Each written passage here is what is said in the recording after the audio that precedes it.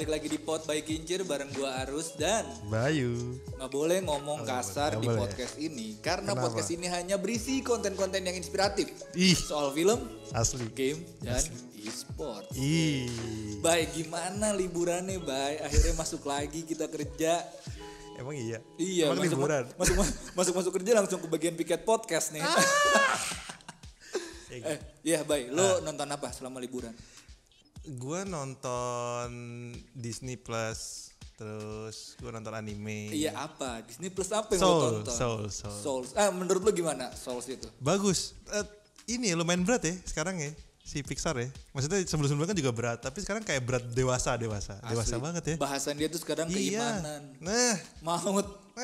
Terus gimana kita harus menyikapi hidup? iya loh. Anjir. Berat banget ya. Gak kalah berat sama apa yang kejadian di kita 2020 ya, Bay ya. Oh, asli. Untung gue nggak nontonnya waktu awal-awal pandemi tuh. Kalau enggak, udah pusing, nggak bisa keluar, terus nonton tentang kematian. Iya nggak sih? Sebenarnya Souls itu bicara soal ini kan, kesempatan kedua. Kan? Iya betul. Tapi Iya, seru sih, konsepnya seru ya konsepnya. Oke, daripada kita semakin ngelantur nih, Bay, semakin jauh obrolannya, semakin Asli. gak jelas. Asli. Kita langsung bahas aja nih ada update apa aja sih di industri game, e-sports dan film selama seminggu ini. Nggak kapok, tim Pakistan lagi-lagi ketahuan pakai cheat. Ih, Gila. masih ada ya pakai cheat ya? Tim e-sport ya? profesional Pakai pakai cheat. cheat. Gue main aja nggak pernah pakai cheat. Emang iya? Iya, walaupun kalah mulu emang.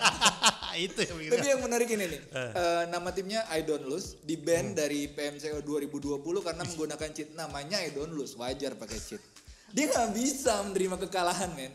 Dia harus menang ya? Harus menang Makanya terus. pakai cheat. Iya, I don't nampaknya lose. tim negara ini pun gak jera untuk melakukan tindakan kecurangan tersebut. Pasalnya, 3 tim yaitu Godspeed, Sinister, dan Gold Diggers telah dikeluarkan karena melakukan kecurangan pada ajang PUBG Mobile Pakistan Ih. Challenge 2020. Ini gimana, Bayu? Di Kenapa Pakistan ya? kenapa pada nge-cheat semua? Kenapa dia nge-cheat? Bandel banget. Gak bisa ini. Gila lu. Berarti nggak jago boy. Berarti nggak Iya. jago. makanya E-sport itu nge-cheat. kan bagian dari olahraga, Iya bagian dari loh. sport. Harusnya sportivitasnya Harusnya dijunjung tinggi. Sini main sama gue, I don't lose. Pasti lu ya kalah. Iya, udah Tetep lu pasti yang tuh. kalah. Mereka nggak usah nge-cheat jadinya. Iya, jadi lebih gampang permainannya. Beberapa peserta yang bertanding di babak kualifikasi BOT Battleground. Wis. Ada 768 tim yang tersebar dari berbagai regional di Indonesia. Tim-tim yang lolos seleksi akan dibagi menjadi 2 grup, yaitu Bold dan Bold Experience. Selama 3 hari, seluruh tim akan bersaing untuk memperebutkan 16 kursi di Grand Final. Tapi sebelumnya mereka harus melewati 2 fase kualifikasi dulu. Tanggal 9 Tanggal 9 ini Januari. acaranya turnamen by ESPL nih. Biasanya kalau udah turnamen yang dibikin sama ESPL sih keren banget. Ih, Tahu nggak kenapa keren banget? kenapa? Karena ini tempat kerja kita. Yang gaji. Oke, Asli. tapi menurut gua ini salah satu yang paling menarik dari Kenapa tuh? turnamen-turnamen yang ada di kita sekarang ini, apalagi salah satunya Bold Battleground ini adalah kita ngasih kesempatan buat para pemain amatur, ya buat Amatir. para pemain amatur buat join sebenarnya, ngerasain gimana sih sebenarnya keseruan skena e-sports di Indonesia gitu. Apalagi Dan yang tahun pasti, baru ya. Betul, dan yang pasti nih jangan sampai ada I Don't Lose nih. Nah, Kalau ada, di pasti Pakistan pak, nge-cheat. nggak ada pak, di Pakistan pak. Oh iya, beda server. Beda server pak. Oke, kabar berikutnya nih, ada kabar berita duka cita nih, Bay. Katanya caster senior Indonesia Franz Volva tutup usia akibat COVID-19. Oke, kabar duka datang dari ranah e-sports tanah air. Seorang caster kawakan yang telah malang melintang di jagat skena kompetitif, yaitu Franz Volva, dikabarkan meninggal dunia pada Kamis 31 Desember di RSUD Pasar Minggu pukul 5. Nah, kabarnya almarhum nih emang COVID-19 ya. Kabarnya. Gue inget banget di ESPL tuh banyak banget turnamen-turnamen yang memang melibatkan Volva gitu. ya. Mulai dari Sempet launchingnya Tokopedia TBOF Battle ya, of iya. Friday dulu di Betul. 2018. Terus ada beberapa kali juga turnamen di High Ground tuh. Ya. Regular season. Dan waktu Piala Presiden Piala yang Presiden pertama juga sempet, ya. di Palembang, Ya. itu juga casternya salah satunya Franz Volva. Turut berduka cita. Semenjak berkarir di dunia percasteran, Volva dikenal sebagai salah satu caster untuk game Dota 2. Kemudian dirinya merambah ke game-game lain seperti PUBG Mobile dan Mobile Legends. Kepergian sang caster pun bikin lumayan rame ya, lumayan rame di timeline. Pasti senior, pada duka cita gitu, mulai dari caster, pro player sampai teman-teman di ESPL pun yang memang sering kerja sama Volva ikut nunjukin bela sungkawa di sosial media. Ada yang main Genshin Impact. Nah, di sini kehadiran variasi karakter di Genshin Impact membuat game RPG ini cukup berkesan. Nah, sekarang ini di update yang baru nih, update 1.2 itu katanya yang katanya akan bulan depan adanya, bakal ada karakter baru bernama Hu Tao yang merupakan pengguna elemen pyro dan senjata tombak. Katanya sedang dalam pengembangan. Nah, lo main Genshin Impact? Main. Terus kok lu ketawa? Gue gak percaya. Enggak, karena menurut gue sebagai penikmat RPG ya, gue banyak main RPG mulai dari Darkness Rises sampai dan kawan-kawannya lah. Tapi Genshin Impact ini salah satu game free yang walaupun tetap ada gacanya, tapi yang paling bagus menurut gue baik. Grafis, gameplay, story, perfect menurut gue. Jadi ya gue main ini, lo main lah. Beneran. Dan gue pengen main gue. Iya, lo harus main. Sampai masuk ini kan The Game Awards tapi kalah. Iya. Dia dominasi Game Awards. Kincir People's Choice Award juga dia masuk ke 2 besar kalau nggak salah ya. 2 besar. Tapi emang kalah karena game baru sih. Tapi bagus. Menurut gue MiHoYo ini termasuk salah satu developer game atau publisher atau apapun itu yang paling promising. Promising. Kita tahu Honkai Impact. Honkai Impact. Ya, walaupun itu masih terlalu segmented, tapi ketika kita ngomongin soal Genshin Impact, masuk CNN boy. Asli. Karena sudah ya sejauh sudah itu. Placement. Ya. Sudah pasti. Aduh, nih kabar berikutnya nih, Bay. Kabar berikutnya datang dari e-sports lagi, cuma ini e-sport Valorant. Internasional. Oke. Salah satu legenda hidup skena kompetitif Counter-Strike Global Offensive yaitu Christopher Getright alias Sun membawa kabar kepindahannya ke game lain. Bisa ketebak game lainnya apa? Valorant. Nah, sebenarnya Valorant ini juga salah satu yang paling menarik nih. Menarik. Kita tahu gimana Riot itu bisa maintain komunitas dan hype dari turnamen-turnamennya dengan baik. Iya loh. Iya kan? Dan Indonesia juga udah mulai. Ya, betul. Kemarin sempat ada First Strike dan tahun ini juga katanya bakal ada banyak turnamen resmi yang dia gelar di Indonesia, dan gue yakin kepindahannya Getright ini ya kita bisa lihat lah kenapa banyak tim-tim luar yang akhirnya memutuskan untuk pindah ke Valorant. Karena apa? Karena Valorant promising kalau menurut gue gitu. Dan semoga sih di Indonesia juga kayak gitu ya. Asli. Semoga. Oke, itu dia tadi kabar-kabar yang menarik dari minggu lalu, Bay. Nah, kabar terbaru dari minggu ini ada nih lagi nih. Sama nih. Lagi. Ini kabar yang bikin e-sport tuh jadi enggak e-sport itu baik. Sebenarnya baik. E-sport itu baik, banyak baiknya. Cuma ini kadang emang suka rese aja. Iya, karena industrinya terlanjur besar, kadung besar, mungkin mereka melihat potensi prize pool-nya juga amat sangat besar. Jadi mereka menghalalkan ya. Iya, jadi hasrat untuk menangnya sangat menggelora. Gila nggak nih? Nih ada satu berita lagi dari Dota 2. Akibat match fixing, mantan juara dunia terkena ban. Mantan juara dunia match fixing. Harusnya mantan juara bupati atau gubernur. Tapi kenapa dia harus match fixing? Hadiahnya juga paling cuma pulsa 200.000. Emang iya. Juara dunia. Aduh, nih banyak sekali godaan yang menerpa para atlet e-sports, betul. Salah satunya adalah match fixing alias pengaturan skor untuk mendapatkan pundi-pundi penghasilan dengan berpura-pura kalah. Kabar miring pun terjadi di awal tahun kala salah satu tim mantan juara dunia newbie dipastikan mendapat sanksi berat untuk tidak pernah main lagi di event resmi Dota 2. Gak akan pernah main lagi di event resmi Dota 2. Itu malunya sampai ke keluarga besar tuh. Gila man. Apa dibawa ke pas lebaran gitu kan? Kalau gue jadi dia sih gue langsung update profil WhatsApp gue jadi hitam doang. Untuk Can talk WhatsApp only. Ya kayak lepas cuti ya. Aduh, hal ini dikemukakan oleh salah satu komentator komunitas Dota 2, Wykrim Ready, di mana di halaman sosial media miliknya dia bilang, sementara organisasi e-sport Dota 2 asal Tiongkok Perfect World juga langsung memberikan statement resmi dan melarang newbie serta kelima pemain ini untuk hadir di event resmi ke depannya. Gue gak kebayang lagi kalau lu tim e-sport Dilarang. Terus lu dilarang main di sirkuitnya Dota 2 di event resmi. Terus mau main apa? Coba main gundu. Apakah mungkin pindah ke Mobile Legends menjadi satu alasan? Tapi enggak dong. Sekali lu match fixing, kayaknya sih udah. ketahuan Sekali sih. curang ya curang aja gitu. Di band playernya ya. Asli. Tapi kalau di band apa, Bay? Main gitar, drum?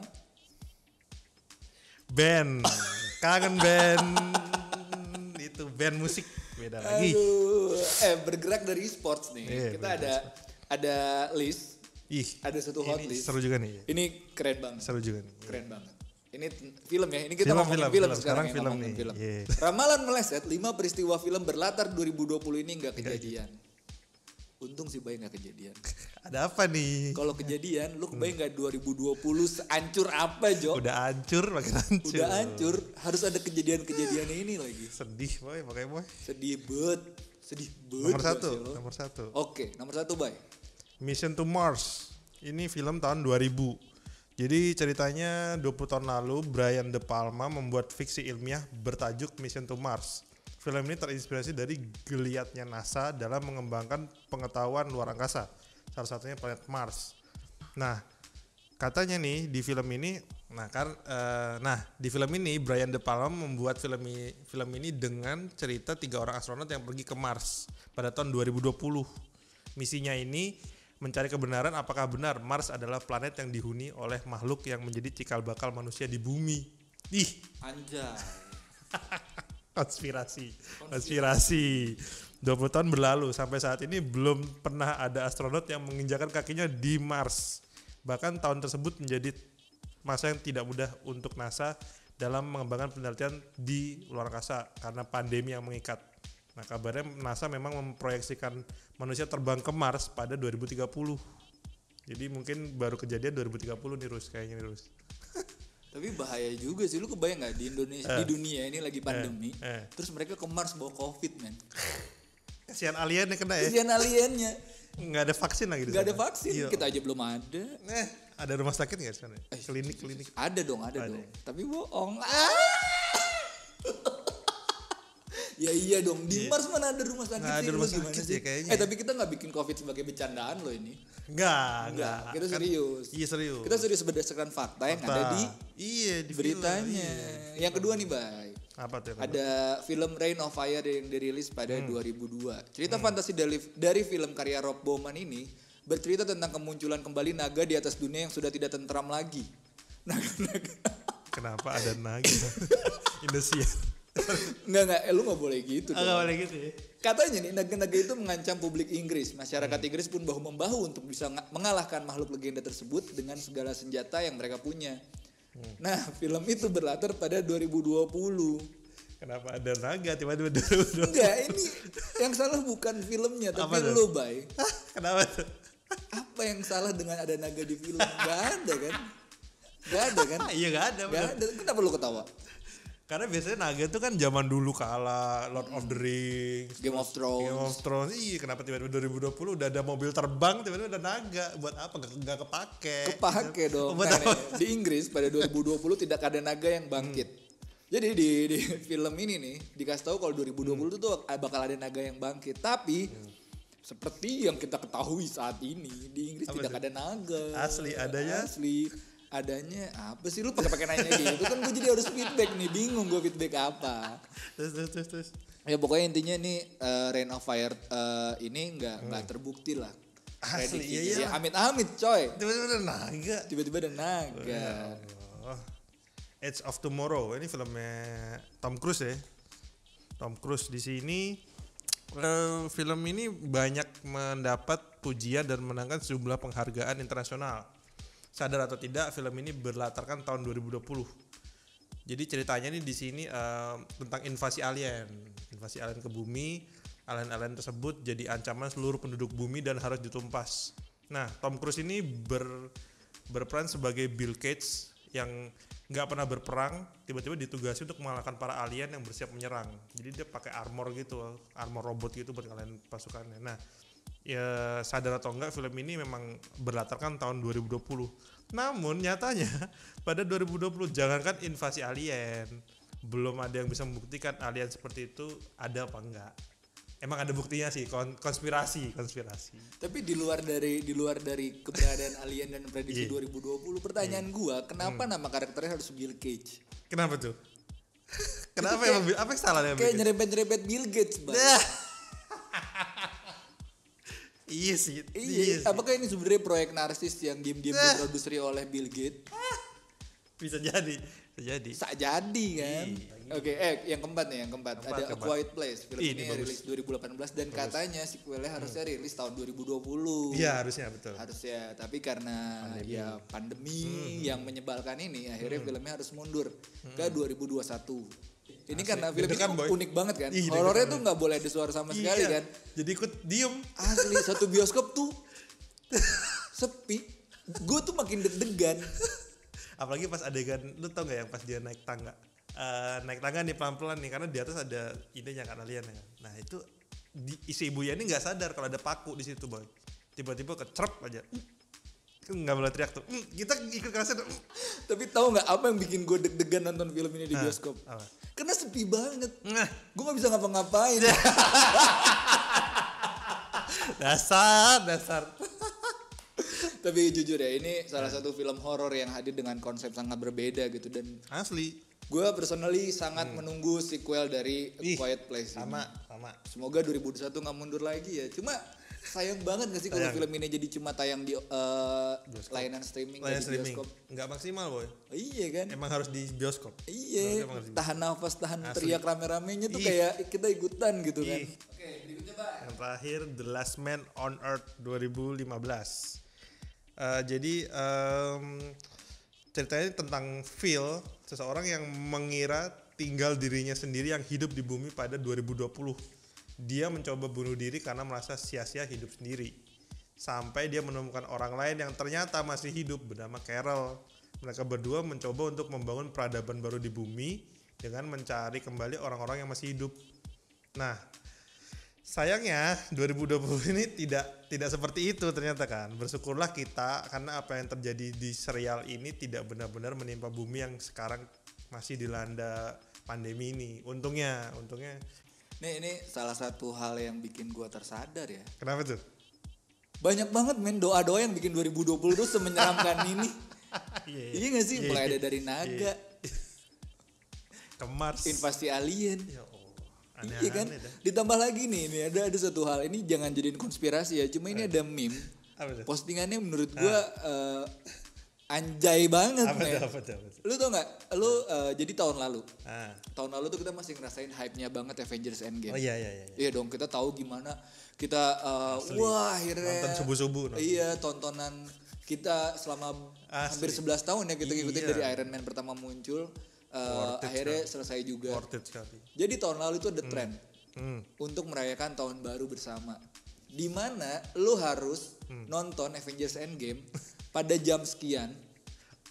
Oh iya, yang lu update di stories ya? Iya. Jadi ketika lu jam 12 malam itu pas berbarengan dengan jentikan tangannya Tony Stark, Iron Man.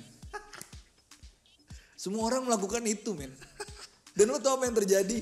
Jangan dilanjutin, ntar kita kena dibilang konspirasi, ntar kita dibilang ngebecandain musibah. Tidak. Kita cuma membacakan apa yang ada di sosial media kita. Informasi. Iya kan. Nah, sama kayak banyak hal-hal yang seserem itu tadi. Untung gak kejadian. Kejadian di 2020. Alhamdulillah.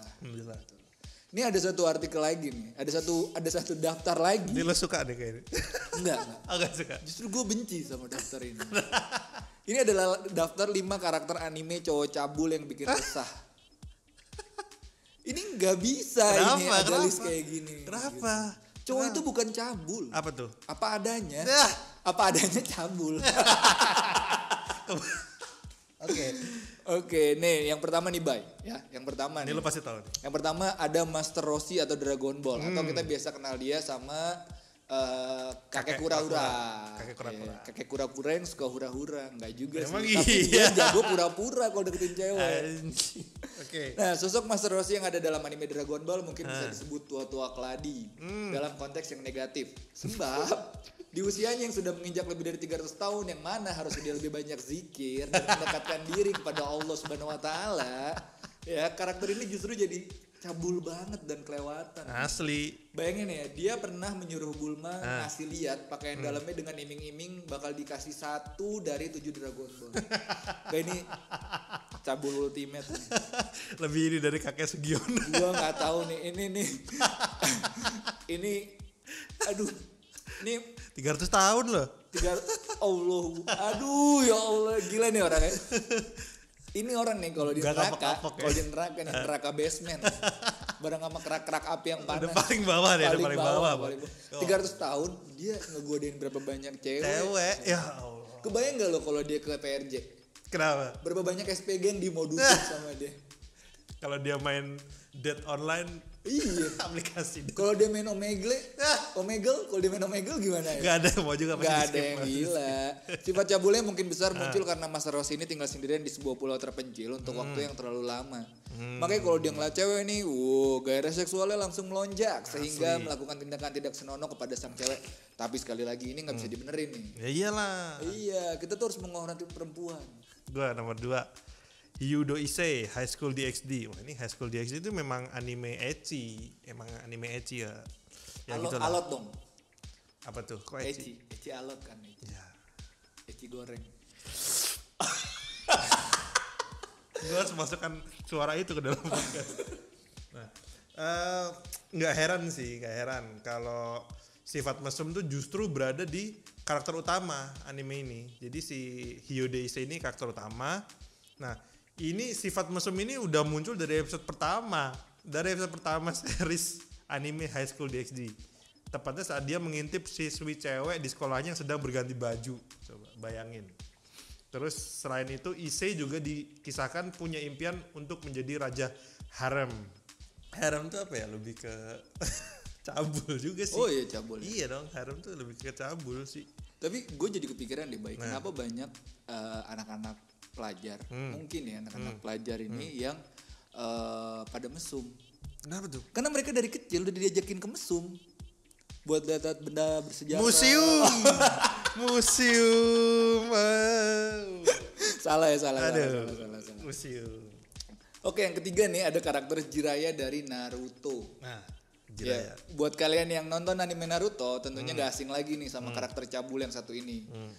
Meski termasuk dalam trio Sannin legendaris, Jiraiya justru malah mendapatkan sebutan petapa genit oleh sang karakter utama Naruto saking tingginya tingkat kecabulan dia.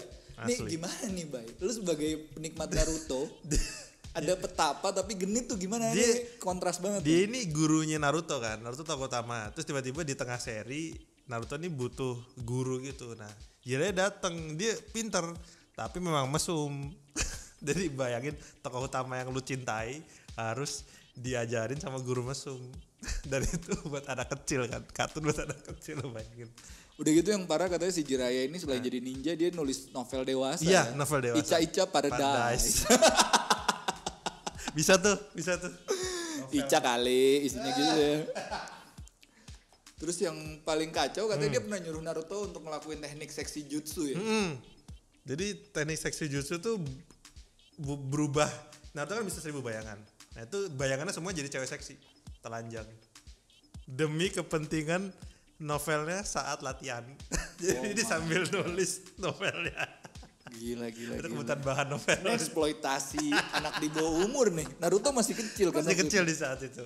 Wah gila nih. Jiraiya, gue bilangin Kaseto ya Jiraiya. Oke, yang keempat ada Minoru Mineta, My Hero Academia.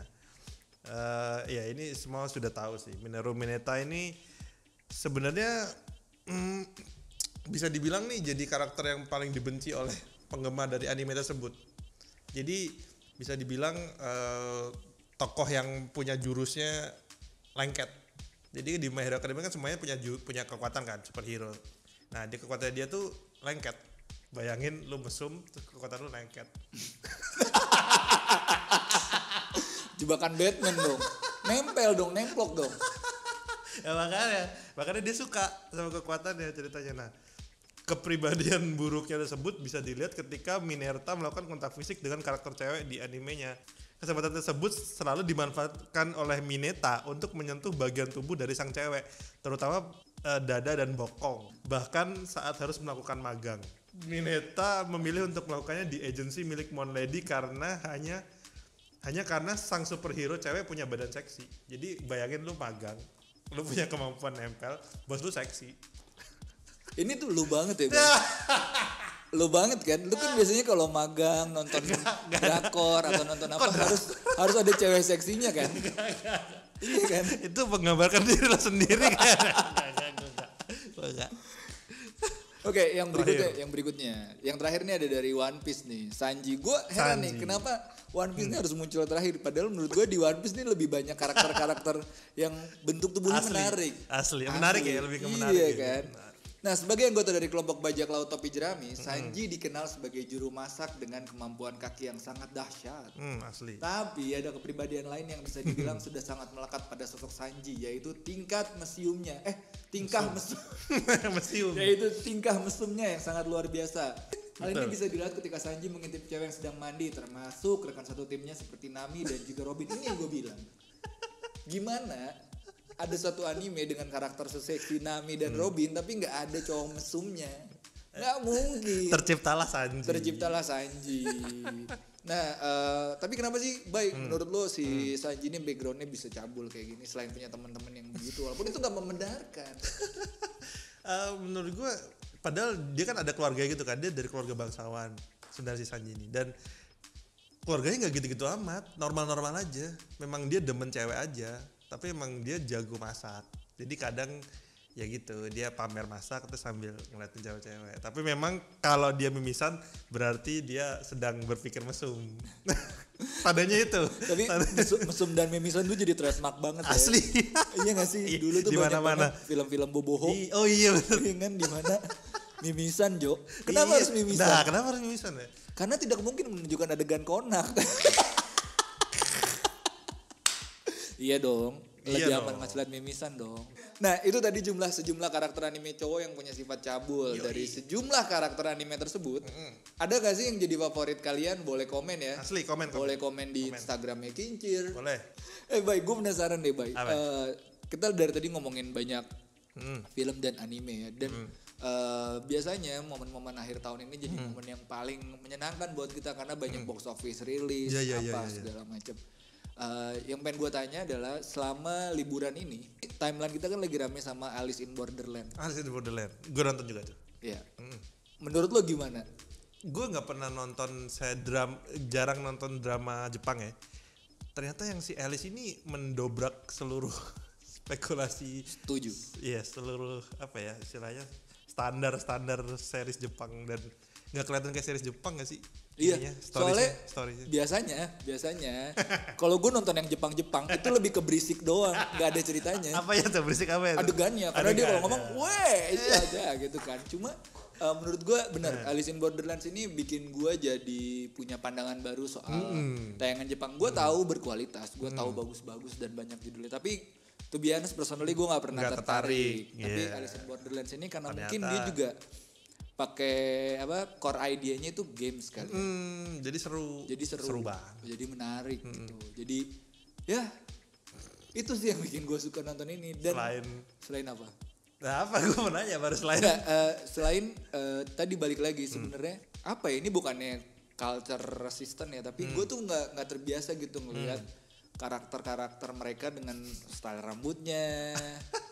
Harajuku. Iya, setelah bicara. Tapi di sini semuanya gua suka. Iya, kelihatan normal ya, kelihatan. Iya, mulai dari karakternya, even ke wardrobe, ya kan. Mereka kan di beach itu ceritanya harus pakai baju attire pantai kan. Kelihatan masuk akal ya. Iya, semuanya tuh kelihatan jadi make sense dan masuk akal gitu. Menyenangkan banget.